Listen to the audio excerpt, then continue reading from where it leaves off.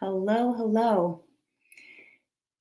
Today I wanted to talk with you a bit about grief and loss, and I had to take a deep breath there for a second because sometimes that topic is not the easiest one to dig into. And I was thinking about this topic at Christmas time, the week of Christmas, and the time got away from me, or maybe I just wasn't ready to do it. But um, for me, grief and loss very much hits close to home. If you don't know me, I have a daughter who passed away. And since that's happened, a lot of people in my life and in my community here on social media have reached out to me in different ways. Oftentimes, there are other people who have lost someone significant or a child. And so, that comes up for me pretty regularly, I would say. And so I'm just giving folks a few minutes to hop on, but that is the topic for today. This is streaming in four different places, four or five different places, actually. So I would love to say hello if you listening in. If you watch the replay, also please say hello, and I check all the comments afterwards.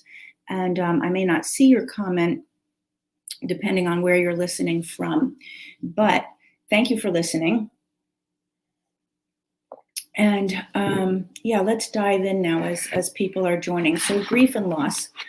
In my experience, and I'm going to give you some personal perspective, and I'm going to give you some insight or tools maybe, or perspective from a professional point of view, because this is a topic that I work on with people. But so I'm going to share all of that if I can in the next half hour. But personally, for me, grief and loss showed up very early in my life. My mother passed away when I was 4 years old. So my mother had multiple sclerosis, which is an autoimmune condition. That's part of the genetic predisposition that I have, is from her MS. And after I was born, she never really recovered from giving birth and passed away when I was 4. So my whole life with her, she was a very sick person and in bed. So there was sort of that, there was very much that type of relationship that is not what a child needs when they're first born and a young child, right? Like a really restricted, limited, and in many ways sad relationship. And then she died. And when my mother died, in our house growing up, I don't know about anybody listening, what your experience has been in your own families, but in our house, nobody ever spoke of her. We didn't really go to the cemetery. My father remarried, and whether it was out of respect for my stepmom's feelings or for my dad's own discomfort at talking about it, whatever was the reason, we did not talk about my mother. So it was very much like taboo. I don't know if taboo is the right word. I think if I maybe would have asked, I would have gotten some questions answered, but I just knew not to ask, right? So that was my early childhood experience around loss and really losing someone so important. That's a primal relationship, parent and child. Then if you've known me at all for the last few years, you know that I have a daughter who passed away. So I have the distinct and unique experience of having been a young girl without her mother, and now being a mother who's lost her daughter. And so that loss, many people will say, a parent shouldn't lose their child. A parent should never bury their child. That is a loss that's also very unique and different than a lot of other ways. And my experience with that loss, that's what I want to share a little bit more too with you, is how did I navigate that? And how did I do that differently than the way I experienced the loss growing up? Because we did handle it very differently now, and I felt like it needed to be handled differently. So the first thing that I think is so important is the willingness to embrace and feel the emotions and the loss. A lot of times people are really just avoiding, just sort of pushing out of reach, sort of like, no, I don't want to go there. No, this is too painful. When we see someone who's in pain and who's in grief and loss, we try to make it better for them, or we don't want to bring it up because we don't want to make them sad again. And I think what is so helpful, it's not just that I think this, there's a lot of experts. I've done a ton of reading, I've taken some training on it, and actually allowing yourself to embrace the experience and embrace the emotions is so important to be able to move through them. And that, I think, is what a lot of people are dealing with, is they haven't moved through their experience. They haven't moved through the emotions. And so they get stuck. They get stuck in grief.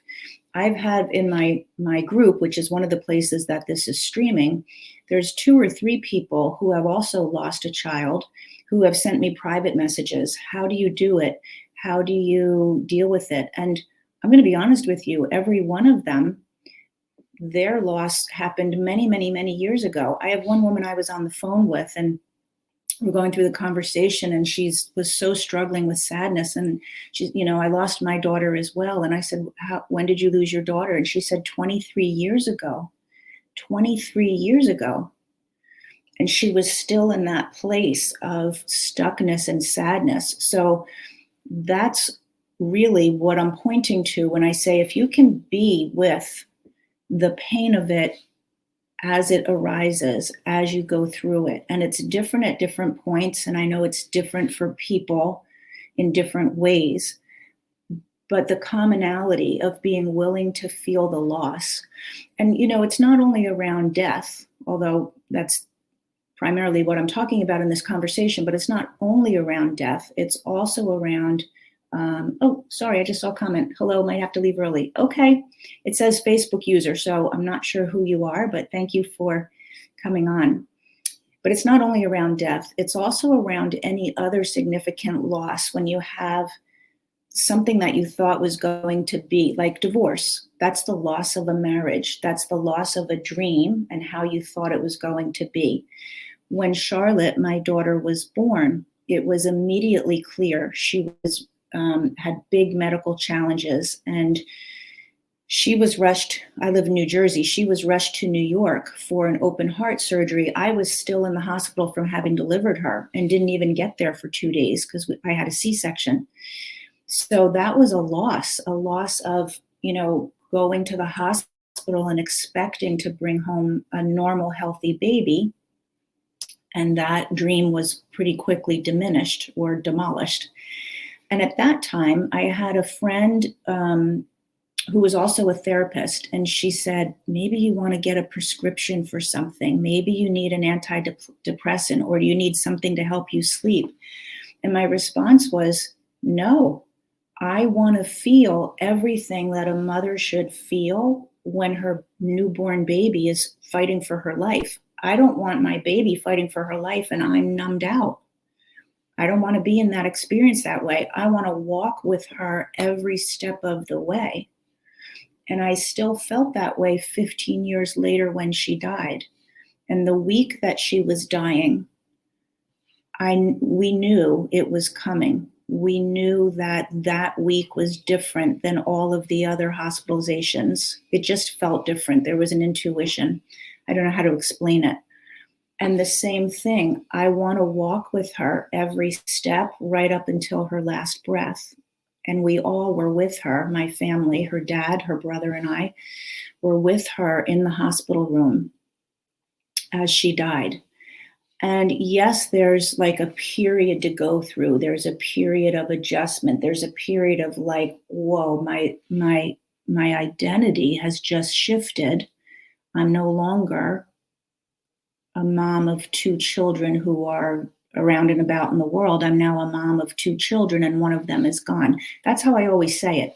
I always say I have 2 children. One of them has passed. And that sometimes throws people. People are like, they would say I have 1 child and not bring up the other one or something like that. So it's the willingness to embrace the feelings as they come up. And that the first year, that first everything that happens, the first Christmas or holiday, the first birthday, the first anniversary, those all hit people in a different way. And, they are what they are. There's not much to do to change that. It's It's to experience it and live it. And again, every time something like that comes up, my thought is, if I'm feeling right now sadness, if I want to cry, and there's times a song just might come on the radio and boom, I was feeling totally fine. And the next thing I know, I'm crying. And that's okay, because that reminds me of the connection and the love that we have. I'm not even going to say had, but that we have, because I still have it with her. And that's part of my perspective that I want to share with you, is that, it's just really another way to see it. So let me just recap before I move on to the next thing. Be willing to embrace the emotion, no matter how painful it is. We have a tendency to really avoid any emotion that feels bigger than us, and that feels bigger than us in a negative way. So that includes anger, it includes grief, it includes sadness, all of those emotions, but be willing to feel them. That's the only way you move through them. The more time you spend avoiding them, the more they stay there, and the harder it becomes to actually deal with them. So you want to just know that it's an emotion and it's going to move through. So that was the first thing, as a quick little recap. But then another way to see it, or the way that we have shifted in my family, which is different from my childhood when my mom died, the way that we shift it now in our perspective is, we create a connection now in the present moment. We include Charlotte in the present moment. We don't relate to her as a place of absence and loss. It used to be when Charlotte was alive, or I remember, we have memories and we talk about them, but I don't relate to her from a place of absence and loss, because that's a place from the past that has me stuck in the past. The way that we relate to her now, and the way that I relate to her very personally in my own mind, the way when I think of her, is as a present energy and a present connection. In my mind, Charlotte's physical body is gone, but not who she was, not her energy, not her presence. So how does that look? Okay. So in our household, we do a couple of things. Number one, we celebrate her birthday. I don't really celebrate or think much about the day that she passed. I certainly know the date, and there are people who send me messages on that date. And that's fine. I appreciate that they're thinking of me and of us. But to be honest, I don't put my energy or my attention to the day that she passed. I put it to the day of her birthday, when she became a part of my life. Because from that day forward to this very present day, she is a part of my life. So we celebrate her birthday. In fact, we still sing happy birthday to Charlotte. And maybe part of that is a belief. What's your belief around what happens after death? So my belief is the energy is still, excuse me, very much present and available for me to connect with. If you don't have that belief, that may seem weird to you, but we sing happy birthday. We also, this was my son's idea that we decided a couple years ago, and it has worked out beautifully. So I'm just going to share it with you. Dia de los Muertos, which means Day of the Dead, it's actually a couple of days, 2 or 3 days after Halloween. It's, I think, specifically a Mexican holiday, but they celebrate all of the souls who have passed. And so what we do is we make it a really fun, festive day. We drink sangria, we make Mexican food, we pull out pictures, not only of Charlotte, but of everyone who passed. Now I'm pulling out pictures of my mother, and my sister, who's older than me, has more memories of her, but we celebrate that way. And we celebrate, so this year for Christmas, Charlotte's dad, and if you saw my live on Monday, you know that we are no longer together, and some of the journey that has been. But he came over for Christmas with a gift for my son and for me from Charlotte. And he said, I just really sat and got quiet and thought about what would Charlotte want to give you this year. And so I went and got that. So we make her and her energy very much a presence in our day, still. Um, I talk to her pretty regularly, and all of that is very calming for me. So creating a connection from the present moment, which is very different than living in the past. And if you're feeling absence and loss, then you're living in the past. Okay. So if you have any questions about that, please put them in the chat. And if I can answer that better than I have right now in the conversation, I'm happy to do that with you. And again, this is my perspective. This is what has worked for us. I do know that, embracing the emotions is not just my perspective. Pretty much any expert in the field of mental and emotional health will tell you that that's what you want to do. But this way of connecting in the presence is maybe more personal to me and to my family. But if you've done anything like that, I would be curious to know. Two other things then I want to just briefly touch on. One is part of why we feel so lost, so helpless, so maybe fearful, whatever your feelings might be, is because of whatever beliefs you have around yourself and around your life going forward. So if you have a belief, let's just say it's the loss of a spouse, which would apply to divorce as well as death, right? If you have a belief, I can't do it alone, I'm not okay alone, then when that loss happens, that belief is going to really kick in. And that's going to really color or influence your day-to-day experience of yourself, right? So what are your beliefs for yourself? There's your beliefs around what happens when somebody dies, but then there's also your beliefs around yourself. At the beginning, when Charlotte first died, I had to really look at my belief around myself and my identity. I was very much living the identity of being the mom of a special needs child. It completely dominated my life. It's what I did all the time. She was in the hospital all the time. And then all of a sudden it was like, oh, I don't have to live my life around the hospital. And any parent who's like become an empty nester, you have the same experience, right? Like, oh, this is different. But that brings me to, have you created your identity to be around the loss? So if you, and this is why I don't ever join the type of self-help groups or the support groups, it's really support groups, because the support groups keep you identifying with the problem. So if you join a group, and this is just me, again, do what works for you, I'm just sharing my perspective, but joining a group for parents who've lost their children, then it becomes, for me, my identity. That's who I am in the world. It's like a label. And I don't want that to be my identity or my label. My identity is Linda. And my identity is all the things that make me who I am.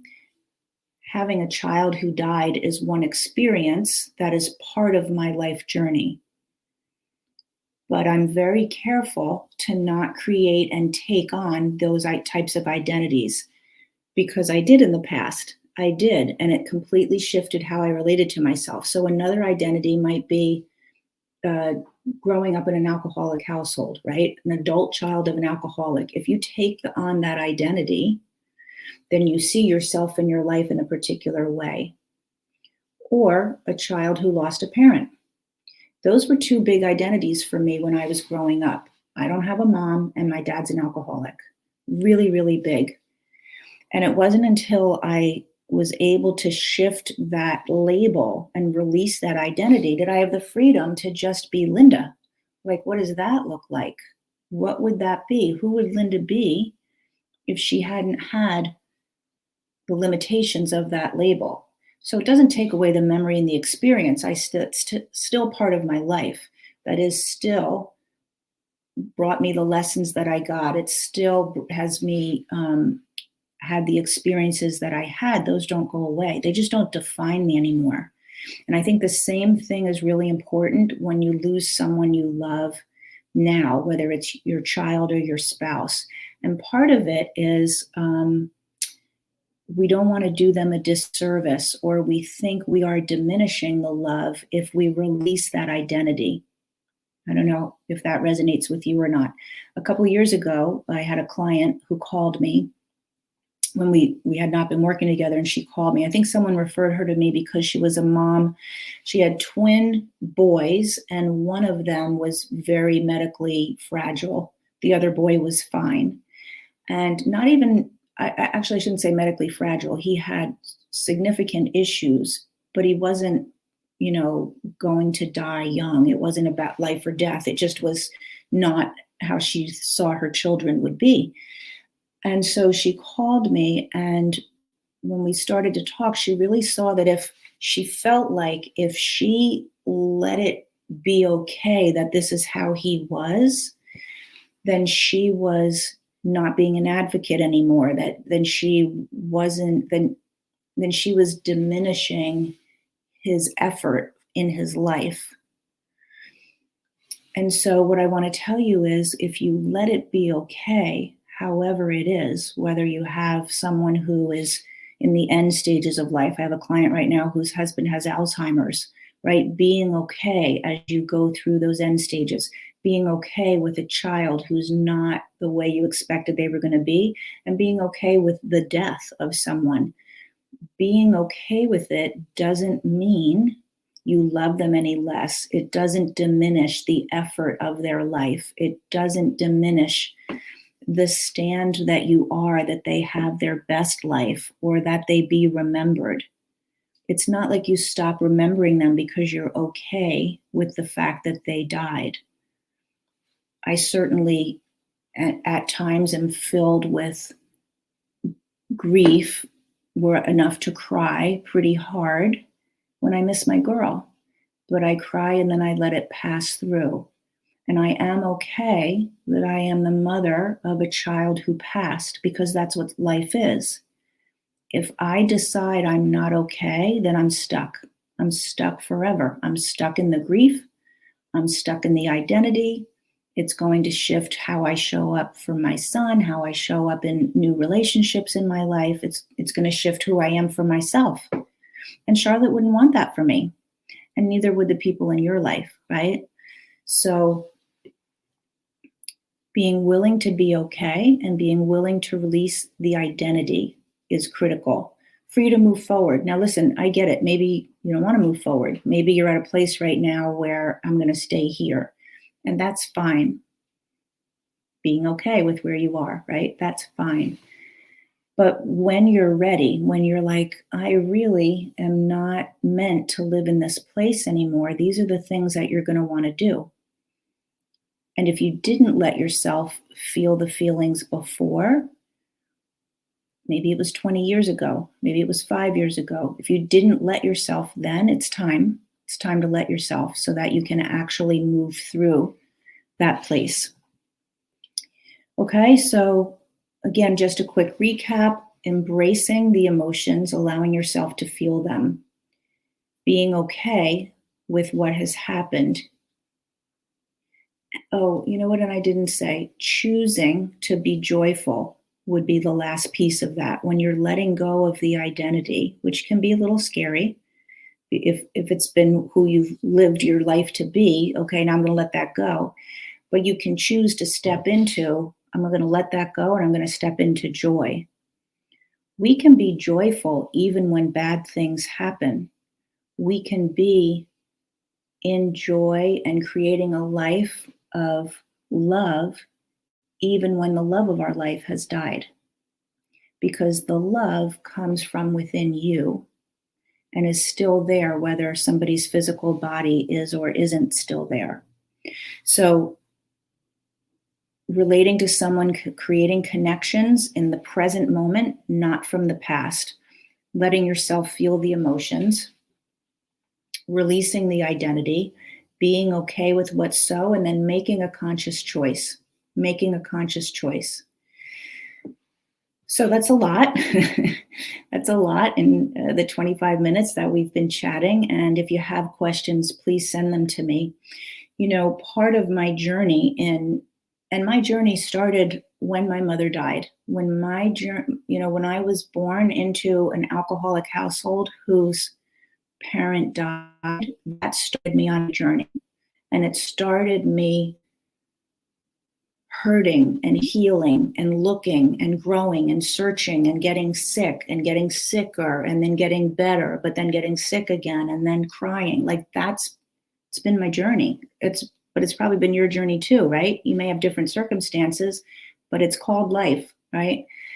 But in my journey, as I walked that walk, I became a whole life coach. So I've done a lot of work. I'm a functional health practitioner. You can see right there my credentials, FDN practitioner. But I'm also a whole life coach, which is a very spiritual perspective. And I'm trained to help people heal this,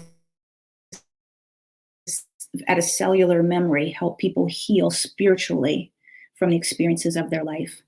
So I'm leading a course next week. It starts in healing codes, and that is a very spiritual perspective. I shared some healing codes throughout the month of December, just some basic universal ones. If you feel like that would benefit you, it's going to go on for 12 weeks. It's once a week for 12 weeks. We will meet and really dig into several different categories in life and where healing needs to happen in order for us to step into who we really want to be and how to really live a life from love. So if you're interested in healing codes, I'll send you information about that. But I hope that some of this perspective becomes a part of your journey. And I'd love to hear about it if you take any of that on. Okay? All right. So I will see you next time. I'm not sure what we'll talk about, but it'll be something. And I hope this brought a valuable perspective for you. And I'm wishing you a great new year. Okay, bye-bye.